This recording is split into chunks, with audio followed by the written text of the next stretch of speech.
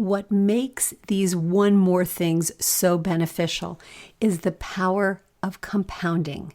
The idea that this particular kind of one more thing will give added benefit over time without costing very much at the moment and without leading you into a black hole.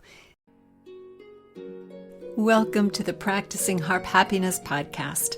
I'm Anne Sullivan, a harpist on a mission to empower every harpist to experience more harp happiness.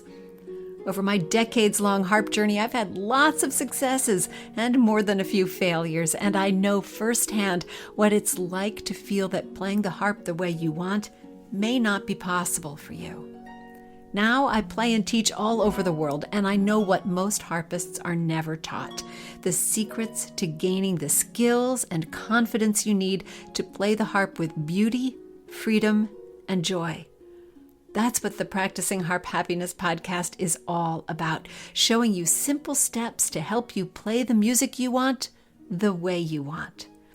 If you're an experienced harpist looking for that next level, or a harp newbie anxious to avoid the pitfalls, or a harpist who just wants more fulfillment and a little encouragement, you're in the right place, my friend. So let's get started. First, I want to let you in on something special. I think the most important thing you can do for your harp playing is to develop the habits that lead to success, whatever that looks like for you. All of us want to learn how to play the harp beautifully, how to play with confidence and enjoy making music. And if you really want to learn those things, videos are great, but live learning is essential. You need to be able to ask questions and get answers. You can't do that with just a video, which is what makes the My Harp Mastery community so special. My Harp Mastery membership is for those who really want an online experience that lets them learn at their own pace and learn what they want and be able to learn live from expert coaches every single week. Plus, you get to connect with other harpists in the community who have the same desires for their playing. This is not only a powerful learning platform, but it's also the most generous community of harpists anywhere on the planet. They're harpists with a positive outlook, a growth mindset, and a spirit of support for their fellow harpists on the journey with them. We're ready for you. Join us. Just go to harpmastery.com/join-now. That's harpmastery.com/join-now. Welcome to the show. Now, imagine you're looking at a box of chocolates, knowing you've already had at least 3 too many. Your hostess is holding out the box to you saying, "Have just one more. It couldn't hurt." Well, it's hard to actually know what one more would do. That one more candy might be the one that pulls out your filling. That one more episode of your favorite Netflix show might turn into an hours-long binge watch. That one more task before you leave the house might be the one that makes you miss your train.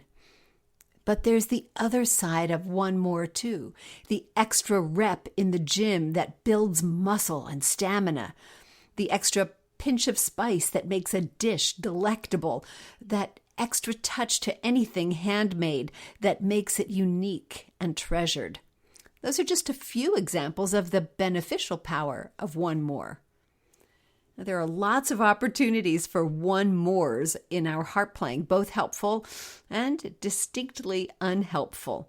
When you know which of those extras you should avoid, you can stay out of some of the most problematic pitfalls for any harpist. When you know which ones have the power to move your playing ahead, that's almost like magic. But there's no magic to it, just a little information, and that's what I'm going to give you today. I'll give you the do's and don'ts of that extra step, when it's worth it, and when you'd be better off having stayed in bed. In fact, I'll share 3 things that you absolutely must avoid, and I'll tell you why. And we'll counter those with 7 one more things that will multiply your efforts in ways you might not expect. There's a lot to talk about here, so let's get started.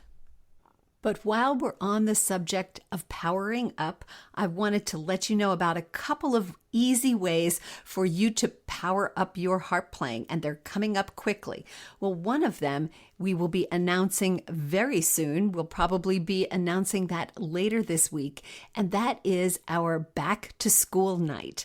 We haven't done one of these for a while, but it's so much fun. It's just an hour of, essentially it's a webinar, but each of our certified coaches will be coming on and talking about a topic that you can use to power up your fall approach to your harp playing. Now that we're ready to get back to school, it's nice to refresh things.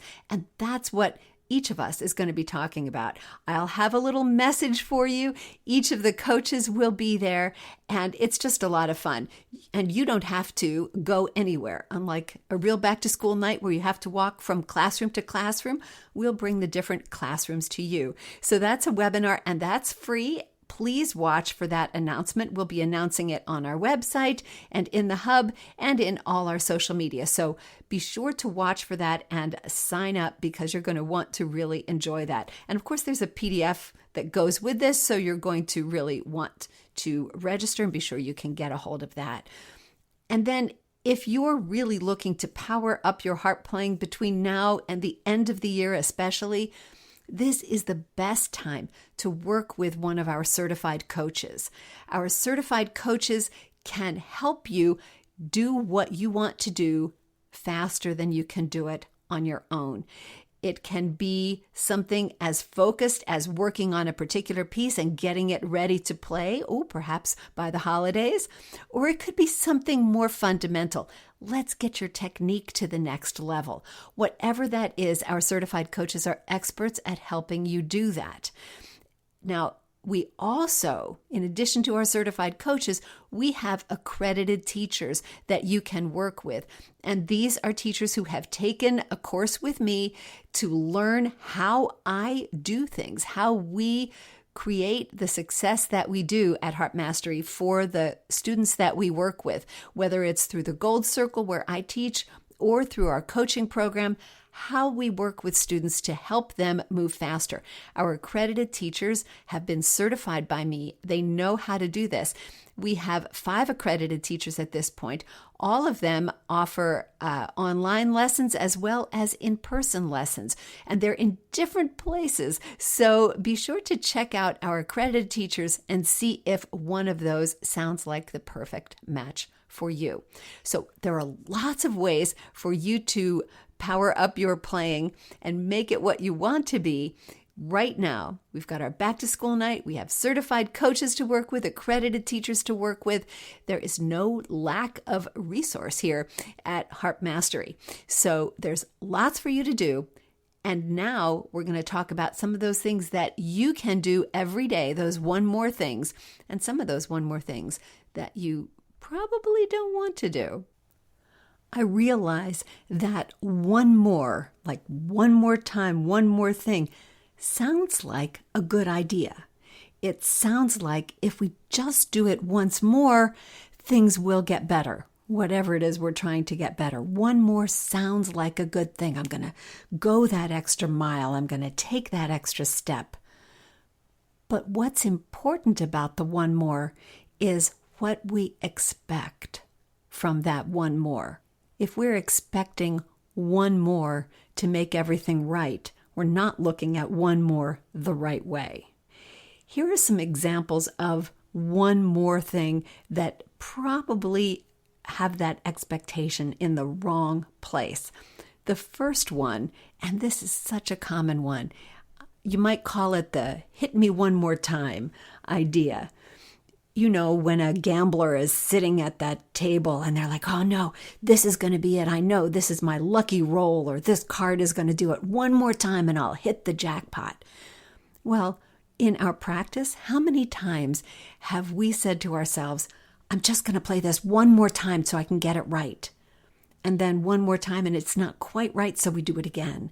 And then it's one more time and it's not quite right, so we're going to do it again. And one more time can actually lead you down into that sort of, black hole of this just really isn't right. And you actually get up from your practice or finish that part of your practice feeling worse than you would have perhaps if you had just left it alone and said, okay, I'll come back to this tomorrow. See, this is the whole thing. If you're thinking, I'll just do this one more time and it will be right. Well, what if it isn't? Why should you stake all your practice expectations on a single repetition? Remember that practice success, or the success that we expect, the results we expect from our practice, happen over time. We're not going to practice it today and fix it and it will be right forever.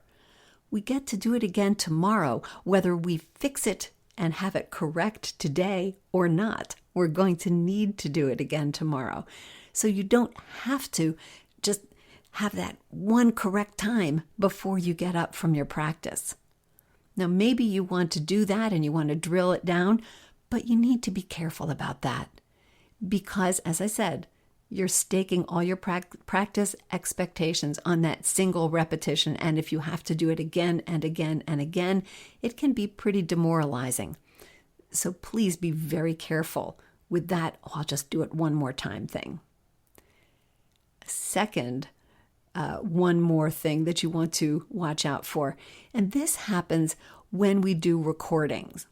Recording didn't used to be a big thing, right? It was something that you only did if you had specific things to record for, like you had to turn in a recording for a competition, or, they were pretty intense to do because we didn't have anything near the technological capability that we have today to punch in a single note or whatever it is.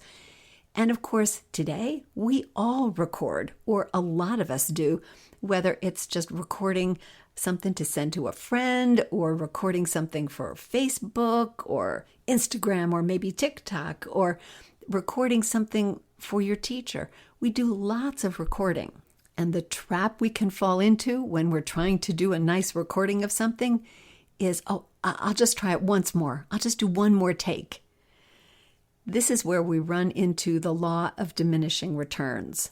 Now, this can be part of the practice syndrome too, but when it comes to recording, you probably only have so many takes in you at any given time.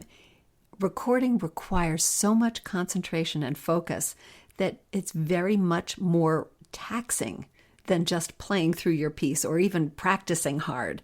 It's difficult. And if you've done any recording, you know exactly what I mean. It takes so much focus and you have to get stuff set up ahead of time. You have to make sure it sounds good. And just that takes a lot of time and energy. So what I would suggest instead of getting into that, I missed that note, I'm just going to do it one more time. And then, I missed that note, I'm just going to do one more take. Or, well, that didn't really sound right. I'm going to do one more take. I suggest that you set a number of takes you're going to do. Like, okay, I'm going to try it 5 times. And if I like one of those 5 times, great. If I don't like one of those 5 times, I'll come back and I'll do it later, or I'll do it the next day.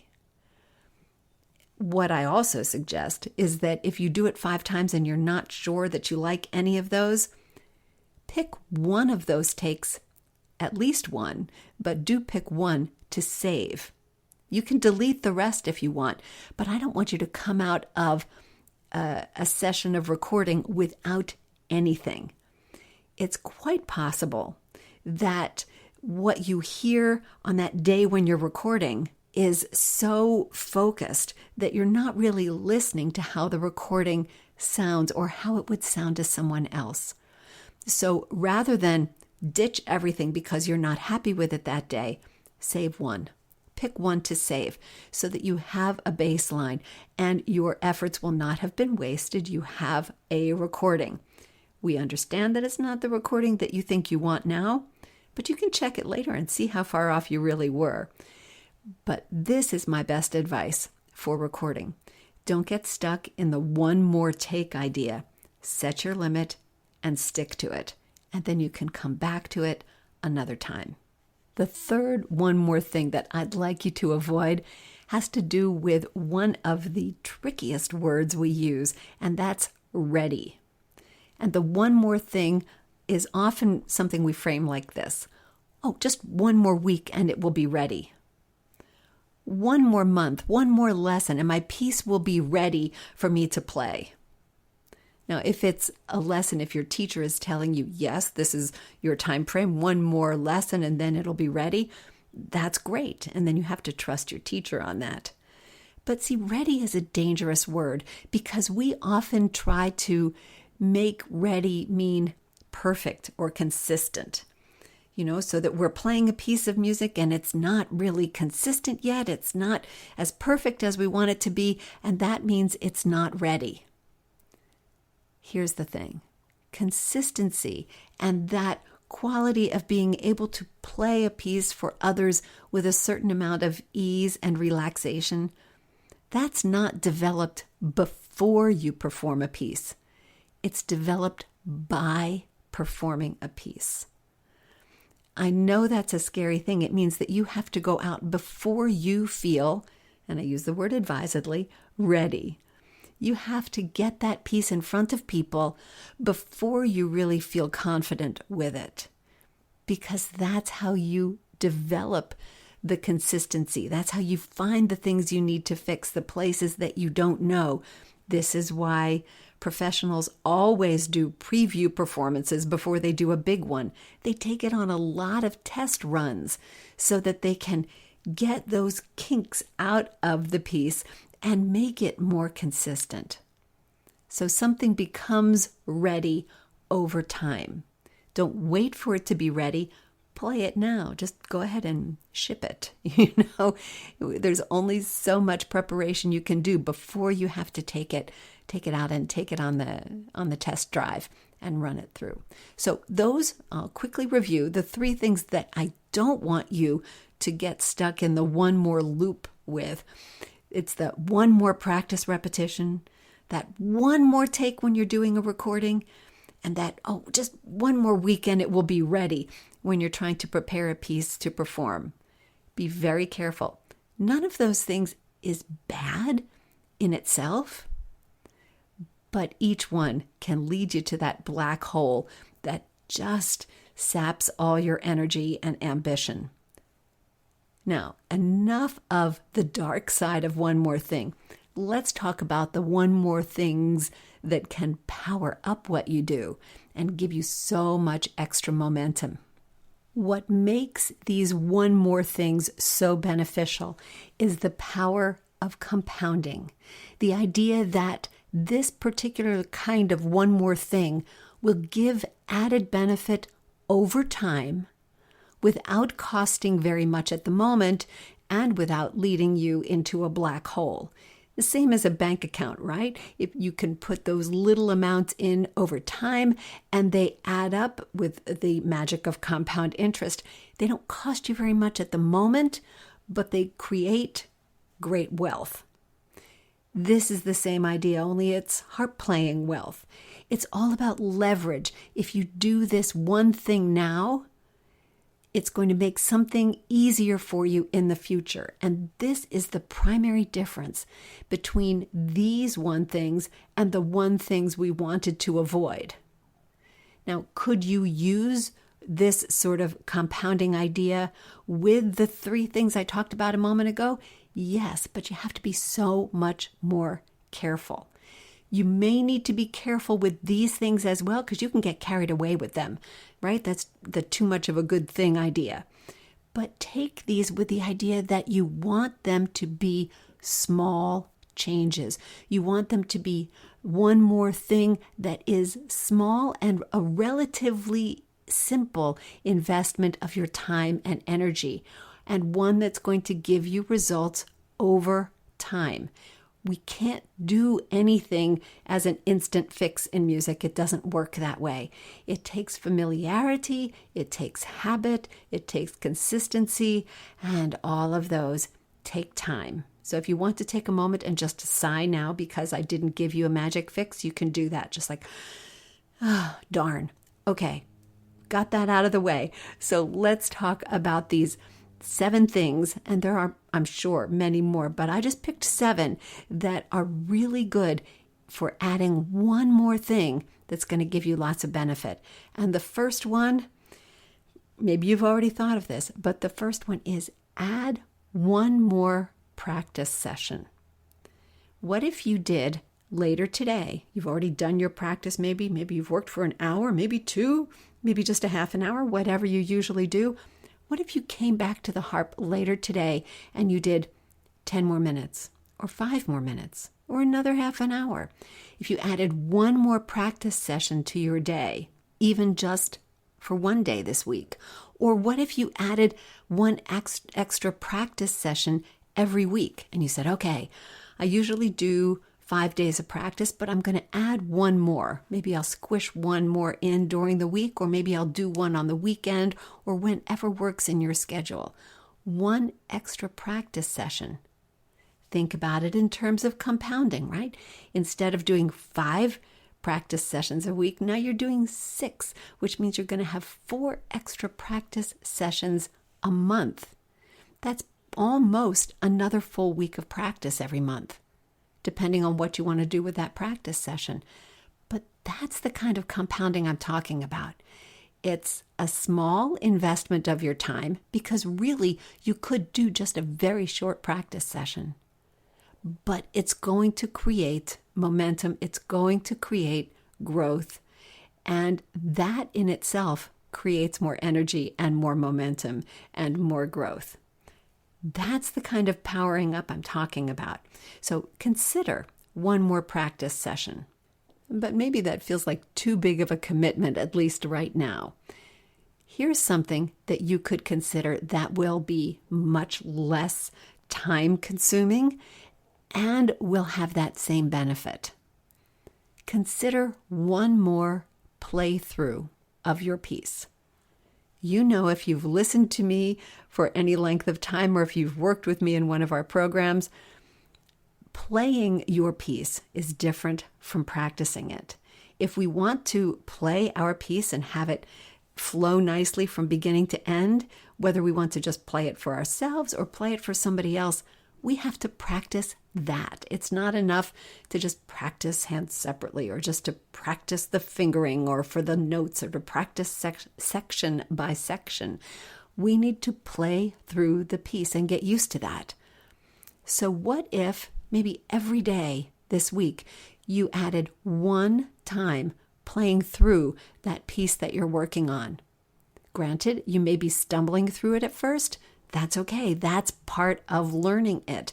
And if you played through that piece one more time every day this week, you will have played through it 5 times by the end of the week. By the end of the month, you'll have played through it 20 more times. Power of compounding once again. Adding one more playthrough, that might be 5 minutes. That's all we're talking about adding, and it's going to give you the kind of results you want. Once again, over time. Maybe your mission is to speed up a piece. You need to get it up to tempo, and maybe you've been working with the tempo pyramid, and you're struggling. You're still trying to get this piece just to go faster. Well, what if your one more thing for the next couple weeks, perhaps, is to take that metronome up one more level, one more notch, move it up one more than you figured you were going to. Or you get to that top of that tempo pyramid and you decide to go for that bonus level and go one more notch higher. Remember that working a piece up to speed is a messy process. You're going to have mess along the way, and you just have to keep working through it because everything changes when you go fast. So if you take just one more repetition and you go up that tempo pyramid just one more notch, yeah, we know it's not going to be good, but the sooner we try it at that speed, the sooner we succeed. You don't have to keep working at that speed. You get to work back down the pyramid. So you'll be nice and comfy, but you're going to spend that extra moment to push it one more notch because eventually you want to get there. So why not try it now? That's part of this too. If you want to get there someday, Why not try it now? So that's the metronome notch. One more thing. Now, the fourth one more thing I want to suggest to you is a little bit different in that it's going to solve a problem for all of you who say, oh, if I only had time, I would do this. Now, we already talked about adding one more little practice session, and so this would be something you could do in that one more practice session. But it wouldn't have to be. It could just be something that becomes part of your regular practice. So what if in your practice session today or every day this week or 2 days a week, what if you did one more review piece? I mean, if you want to develop a repertoire, you have to have pieces that you are comfortable playing, and so you need to play them regularly. And I know it's really hard to fit in an entire day of regular review or work through the 40 minutes of music that you have in your fingers every week. That's tough. But what if you put one review piece into your practice today, and you put a different one in tomorrow and a different one in the next day? You'd get through that 40 minutes in 40 days. Okay, so it would take you a couple months, maybe, to get through all the pieces if you just did one 1-minute piece a day. But if you put one of those pieces in every day and you had 10 pieces, you'd work through all those 10 pieces in 2 weeks.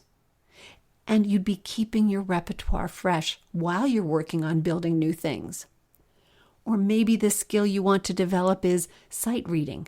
Well, so don't worry about the review piece. We don't need to put that one in, but instead try sight reading one piece every day. Or try working on your scales once a day. Or try adding some rhythm work if that's what you're trying to improve. Any skill that you want to improve, any particular thing that you want to develop, and a repertoire is one of those things that we all want to develop, then put one of those things in to your practice session. It's not going to take a lot of extra time. Make sure that what you're trying to put into your practice doesn't take you more than a few minutes to do. So it's not going to be onerous at the moment, which is part of the key principle of these one more things.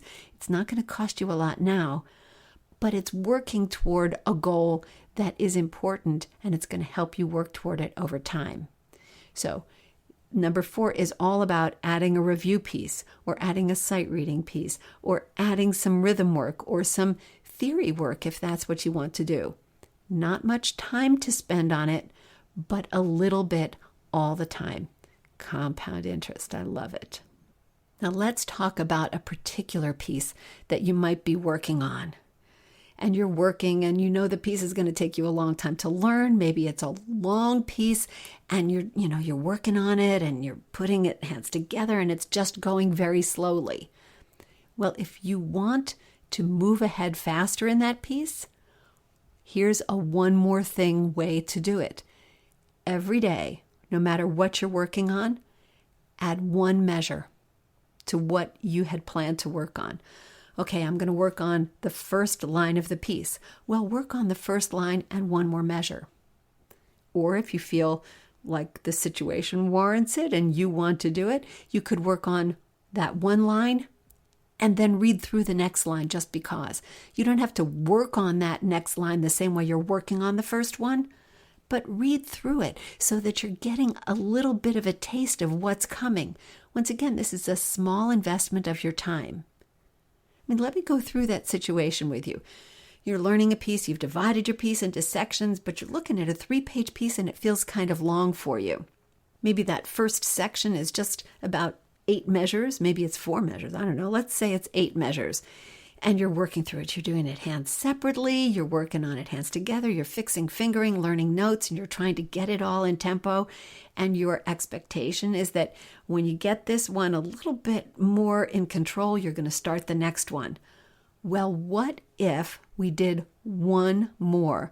And the way we're going to do that one more thing is you're going to do all the work you're doing on that first section, but then read through the right hand of the next section.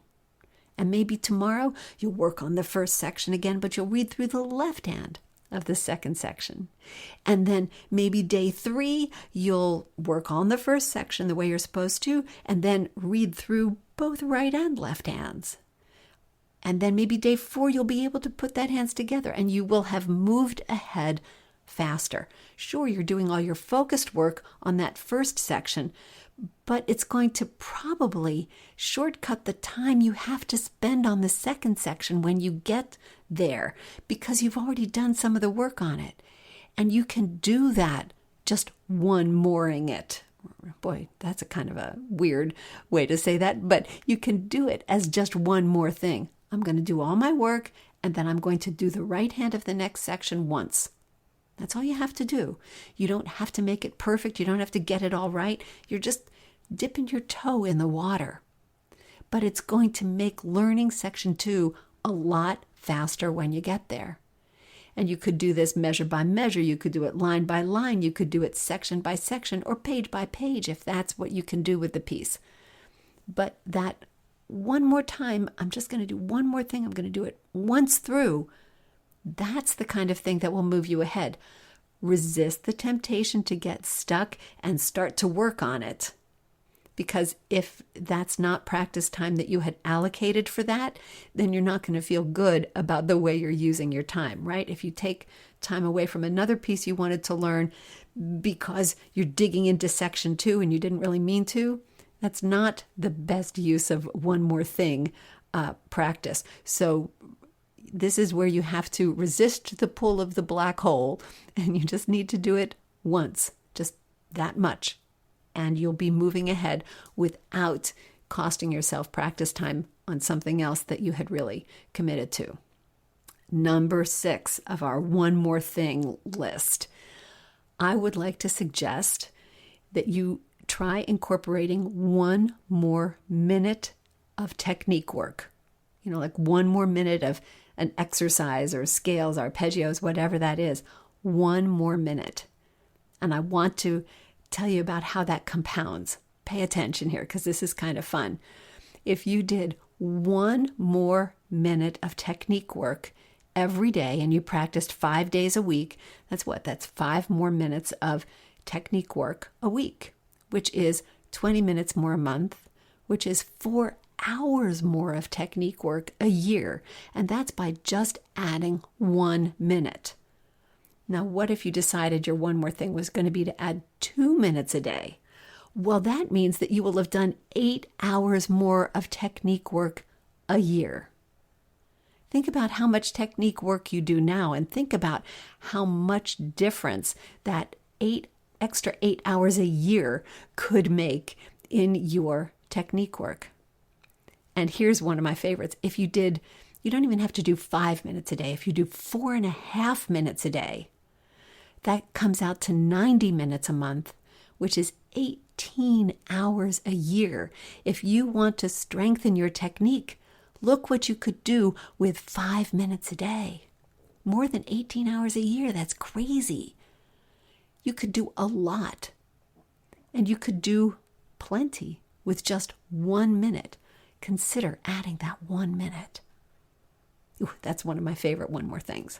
And here's another one. I would be very remiss if I didn't mention this one. There are others, but we're going to stop here with this one.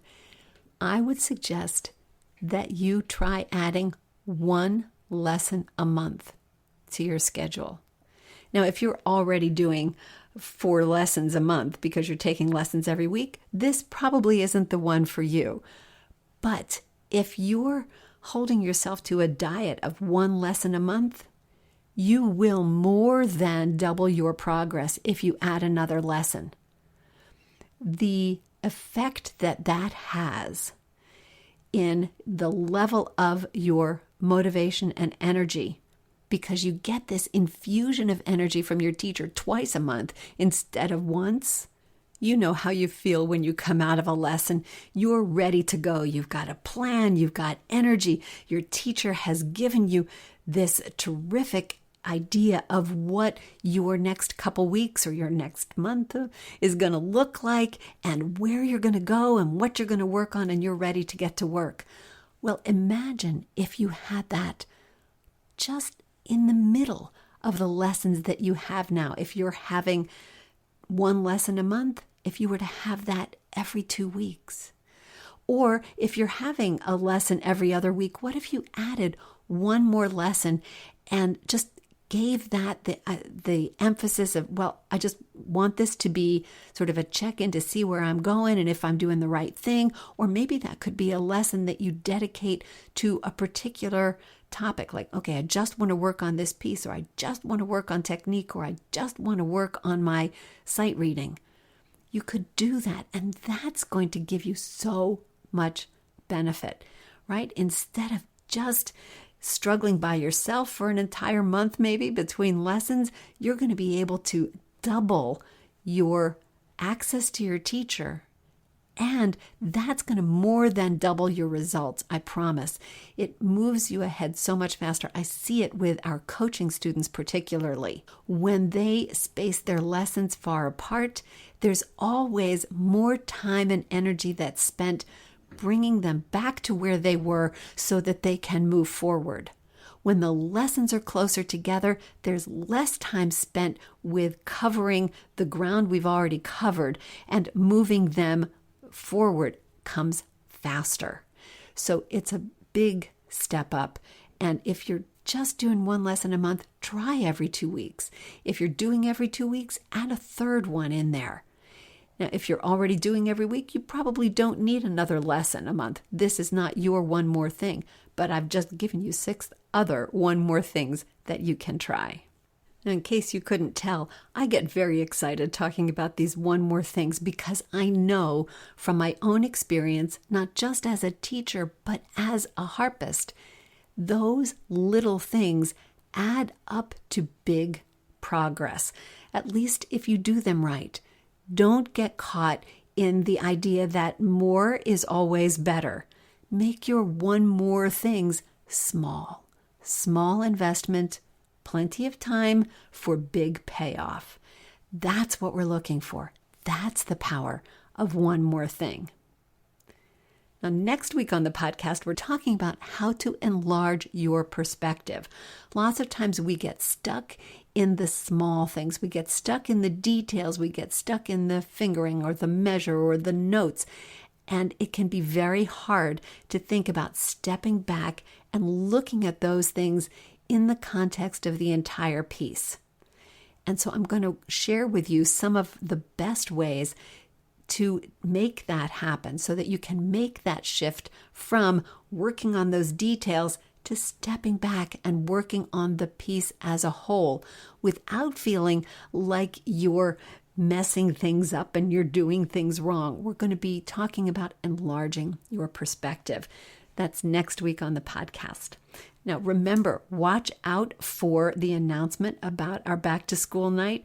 That was so much fun when we did this a few years ago. And so we're redoing it, refreshing it, and it's going to be a great way to come back to the harp if you've had a great summer vacation, or just refresh your harp playing. And if you're ready to do that, because this is a great time of year as we come into the holidays, this is a terrific time to be thinking about that. So back to school night, it will be free, and just look for the link to sign up. That's coming out very soon. As I mentioned before, if you're looking for those lessons, consider one of our accredited teachers. Consider working with a Harp Mastery certified coach. Of course, if you're ready to take that commitment to the next level and really dig in, I would be thrilled to work with you in my Gold Circle program. So there are 3 different ways to work one-on-one here in the Harp Mastery universe. So consider one of those, because that's a quick path to progress too. All right, until I see you next time, remember, every day is a day you can add more harp happiness to the universe, to your world, and to your spirit. And all you have to do is play. Thanks so much for listening, and I'll see you next time.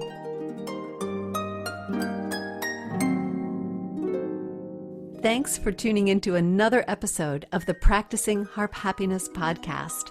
I release a new episode every Monday morning so you can hit your practice week running. Until then, remember to practice your harp happiness every day. See you next time.